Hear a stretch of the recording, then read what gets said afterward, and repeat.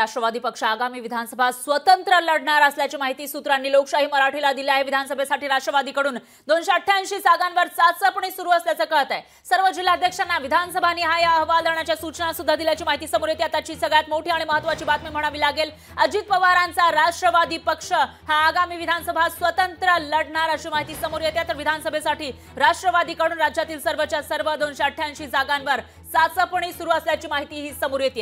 या विषयी अधिक माहितीसाठी आपले प्रतिनिधी अमोल धर्माधिकारी आपल्या सोबत फोन लाईनवर जोडले गेले आहेत। अमोल, काय सांगाल, मागील काही दिवसांपासून किंबहुना असं म्हणता येईल की लोकसभा निवडणुकीचा जो काही निकाल लागलेला आहे त्याच्यानंतर पासून अजित पवार हे एक्स्ट्रा एफर्ट्स घेताना दिसून येत आहेत, ऍक्शन मोड मध्ये आपल्याला पाहायला मिळतात आणि आता त्यांचा पक्ष हा सर्वच जागा स्वतंत्रपणे लढणार असल्याचं कळतंय। काय अपडेट्स? नक्कीच, आणि तशा हालचाली अजित पवार यांच्या पक्षाकडून सुरू झालेल्या आहेत।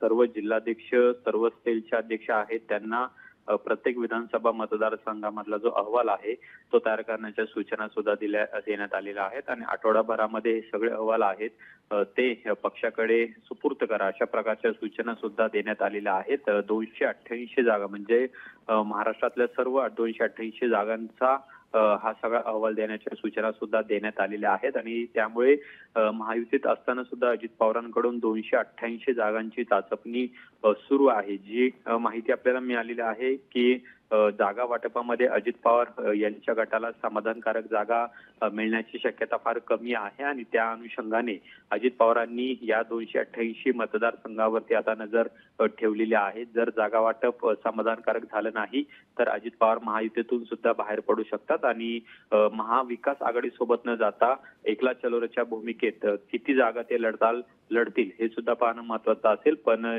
चाचपणी आता 288 जागांवरती अजित पवार यांच्या पक्षाकडून सुरू करण्यात आलेली आहे आणि सर्व पदाधिकाऱ्यांना सुद्धा त्याबाबतच्या सूचना देऊन लवकरात लवकर अहवाल देण्याची सुद्धा सूचना यामध्ये करण्यात आलेली आहे। निश्चितच एकूण असं म्हणता येईल की जो काही लोकसभेचा निकाल लागलेला आहे त्यानंतर येणाऱ्या विधानसभेसाठी अजित पवारांच्या राष्ट्रवादीला महायुतीमध्ये कमी जागा मिळण्याची शक्यता आहे आणि त्या पार्श्वभूमीवर अजित पवारांनी हा प्लॅन बी तयार केल्याचं म्हणावं लागेल। त्यामुळे आता पुढे नेमकं काय होणार, काय निर्णय ते घेतात त्याकडे लक्ष असेल। दरम्यान अमोल, धन्यवाद तुम्ही दिलेल्या या सविस्तर माहितीसाठी।